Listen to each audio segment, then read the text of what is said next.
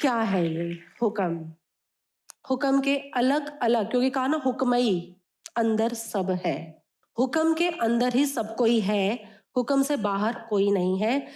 हुक्म is the law of causation, कारण कार्य सिद्धांत। हुक्म क्या है? और मुझे लगता है हमने जिस दर्शन से बात की है, हिंदू दर्शन, बुद्ध दर्शन, जैन दर्शन या आप सिख दर्शन संप्रदाय या आस्तिक दर्शन या नास्तिक दर्शन, हर बार हमने उस एंगल से लॉ ऑफ कॉजेशन को समझा है, कारण कार्य सिद्धांत को समझा है। What is it? कारण कार्य सिद्धांत, तीन बातें होती है। कोई प्रिंसिपल है, ये सिद्धांत है, ये कोई कंसेप्ट है ये। और जब भी किसी कंसेप्ट को, सिद्धांत को, प्रिंसिपल को समझना है तो कुछ खंडों में उसे बांटा जाता है। कारण कार्य सिद्धांत क्या कहता है? कारण कार्य सिद्धांत तीन खंडों में विभाजित है। पहली बात, यदि कार्य हुआ है, if there is effect there is cause. कहीं कोई घटना घटी है तो पीछे कारण है। अभी मुकेश अंबानी के घर के पास से कोई, हाँ सबको पता है न्यूज, वाह, वो मिला कुछ बॉम्ब का, तो कोई घटना घटी है तो कारण है।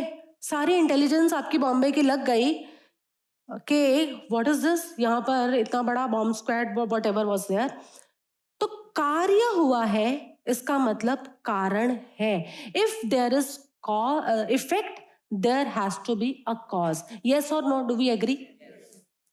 दूसरी बात आती है, कारण और कार्य के अंदर इनसेपरेबल संबंध है। They both are always related to each other. पहली बात, if there is effect, cause is there? Sure. Specific cause, describable cause, कुछ ना कुछ है ही। और कारण यहां कुछ भी नहीं होता, सब कुछ ना कुछ कारण दिया है तभी है। कार्य हुआ है, इफेक्ट मतलब कार्य, और कॉज मतलब कारण, जो हिंदी भाषी है उनके लिए। इफेक्ट और कॉज दोनों इनसेपरेबल है। कहीं ना कहीं इन दोनों के बीच रिलेशन हमेशा है। हम उस रिलेशन को आइडेंटिफाई नहीं कर पाते, वो बात अलग है। आपकी मुंबई पुलिस शायद आइडेंटिफाई ना कर पाए कि ये किसने रखा, that is a different thing, but that doesn't tell us कि कोई कारण है ही नहीं, बस ऐसे रातों रात एक ना कोई गाड़ी आके खड़ी हो गई। यू कैन नॉट से like that. You may not be able to identify the cause, but the cause is always there. यानी इफेक्ट और कॉज, इन दोनों के बीच एक इनसेपरेबल रिलेशन है। यस और नो? Inseparable relation.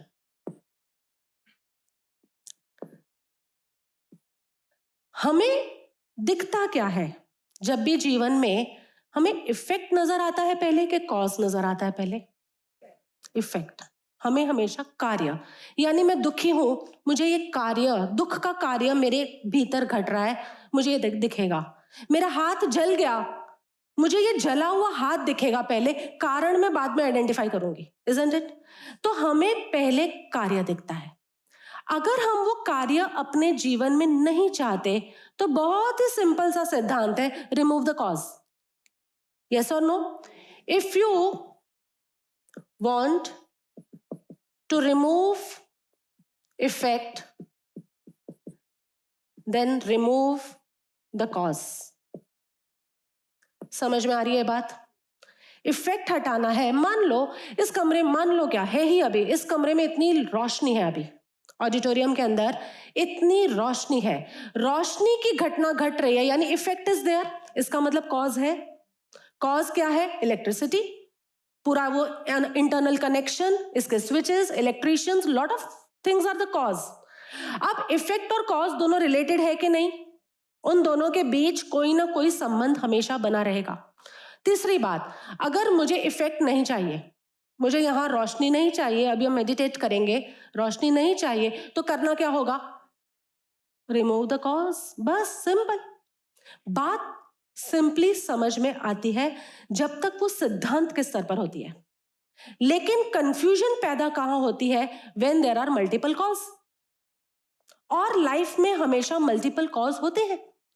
अगर तुम दुखी हो, दुखी छोड़ो, मैं लेती हूं, अगर कोई बच्चा है वो खेल रहा है और आग में उसका हाथ चला गया, कहीं आग जल रही है और बच्चे का आग में हाथ गया और बच्चा जल गया, he gets burned, ठीक है, he gets burned। अब कारण क्या हो सकता है? बच्चा जला तो पहला कारण आग, जलने का इफेक्ट आया है, the effect of burning is there, then what is the cause? कारण क्या है? फायर, आग। दूसरा कारण क्या देख सकते हैं? उसकी मदर। यस और नो? कारण फटाफट बताने लगो, क्या क्या। कोई बच्चा है, खेल रहा है, पास में आग जल रही है और आग के अंदर बच्चे ने हाथ डाला, और बच्चे ने हाथ डाला, उसकी मम्मी ने तो नहीं डाला हाथ, बच्चे ने खुद ही खेलते खेलते हाथ डाल दिया, हाथ जल गया। तो क्या कारण है? उसकी मदर को भी कारण दिया जा सकता है, यस और नो? तो कारण उसकी मदर भी हो सकती है। देखो, ये पॉसिबल कॉजेस के ऊपर बात चल रही है। तीसरा, बच्चे की चंचलता। कह सकते हैं बच्चा इतना चंचल है, तो बच्चे की चंचलता के कारण, यस और नो? हाँ बोलते जाओ, सो मत जाओ। चौथा, कोई बहुत धार्मिक इंसान होगा तो वो कहेगा, सो कॉल्ड धार्मिक, उसके कर्म, विच आई कंप्लीटली डिसएग्री। उसके कर्म का फल आया कि बच्चे ने हाथ डाल दिया आग में और उसका हाथ जल गया। And there can be n number of things कि दूसरे बच्चों ने ध्यान नहीं रखा, दूसरे बच्चों से रोक सकते थे, माँ आग को पहले बुझा सकती थी। N number of things you can list, isn't it? Fifth कारण, बच्चे को आग के स्वरूप की पता नहीं है कि ये जलाती है। यस, बच्चे को आग, अगर वहां पानी होता और हाथ डालता तो नहीं जलता, लेकिन बच्चा is ignorant about the nature of fire. The child is ignorant about the nature of fire, कि आग का जो स्वरूप है, आग का जो प्रकृति है, वो जलाती है, तपाती है, दर्द देती है, इस वजह से उसने डाला हाथ। तो यहां पर चौथा हम डाल सकते हैं उसका ignorance, ignorance about nature of fire. अब घटना एक घटी है, बच्चा है, बर्न हुआ है, जला है, लेकिन कारण कितने सारे हैं? 5 तो मैंने लिस्ट किए, यू कैन लिस्ट और 10 लिख सकते हो तुम, लेकिन तुम देखो कि इसमें मूल कारण क्या है? मूल कारण क्या है? इग्नोरेंस, उसके स्वरूप का अज्ञान। और यही कृपाणुदेव ने पहले कहा थे, मैं कहा कि स्वरूप के अज्ञान के कारण पाम्यो दुख अनंत। कोई साइंस ले लेता है और उसको पढ़ने में इंटरेस्ट नहीं है बिल्कुल, अब वो साइंस लेने के बाद उसके 40-50% ही मार्क्स आए, अब वो कहेगा कि वो टीचर्स बेकार थी, वो कहेगा कि लॉकडाउन हो गया था, वो कहेगा कि मेरे फ्रेंड्स लोगों ने मुझे गुमराह कर दिया, वो कहेगा कि मेरे पेरेंट्स के बीच में कुछ अनबन थी तो मैं पढ़ नहीं सका, वो कहेगा मेरे को बेस्ट ऑफ बेस्ट जो गाइड चाहिए थे, जो बुक्स, रेफरेंस बुक्स चाहिए थी, वो नहीं मिली, इसलिए मेरे मार्क्स कम आए। लेकिन एक्चुअली में मूल कारण क्या है कि उसका रस ही नहीं है साइंस में, और उससे पहले उसने अपने रस के स्वरूप को समझने से पहले उसने साइंस ले ली। ये मूल कारण है। ध्यान से समझना, मैं बहुत फास्ट बोल रही हूं, but I think it is relatable. हम डाल देते हैं दूसरों के सिर पर कि उसके कारण मेरे कम मार्क्स आए, या उसके कारण मेरे को धंधे में लॉस हो गया, बट द मूल कारण, द बेसिक कॉज जो है वो हमेशा अपने भीतर ही होगा। ये सारे कारण बाहर है, यस और no? It is outside of you, and this one कारण, it is inside of you. What we can change outside of us or inside of us? जीवन का सारा संघर्ष ये है कि हम बाहर का कुछ परिवर्तन करके भीतर सुखी होने चाहते हैं। और अध्यात्म का सारा निचोड़ ही ये है कि हम भीतर में परिवर्तन करके भीतर सुखी होना चाहते हैं। Can you understand? Can you relate? So law of causation क्या कहता है? If there is effect there is cause.